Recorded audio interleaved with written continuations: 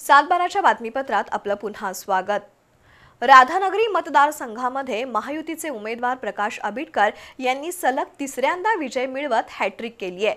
महाविकास आघाडी प्रणित उबाठाचे उमेदवार केपी पाटील यांना मात्र पराभवाच्या हॅट्रिकला तोंड द्यावं लागलंय। केपी पाटील यांना विजयी करण्याची जबाबदारी उचललेल्या माजी गृहराज्यमंत्री सतेज पाटील यांना हा मोठा धक्का मानला जातोय।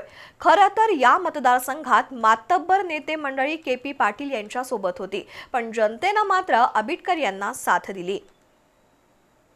राधानगरी भुदरगड विधानसभा मतदारसंघातून महायुतीकडून राधानगरीचे विद्यमान आमदार प्रकाश आबिटकर यांची उमेदवारी निश्चित होती, तर महाविकास आघाडीकडून केपी पाटील आणि एवाय पाटील या मेहुण्या पाहुण्यात उमेदवारीसाठी चढाओढ पाहायला मिळाली। अखेर उबाठानं केपी पाटील यांना उमेदवारी दिली। माजी मुख्यमंत्री उद्धव ठाकरे यांनी केपी पाटील यांना विजयी करण्याची जबाबदारी काँग्रेसचे नेते सतेज पाटील यांच्यावर दिली।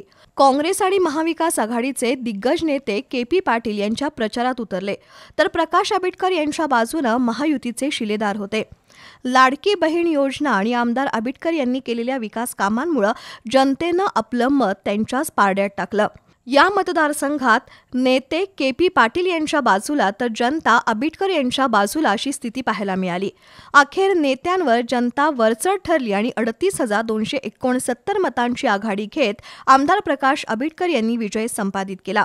या मतदारसंघातील तिसरे उमेदवार एवाय पाटील यांना 20,000चा टप्पाही ओलांडता आला नाही।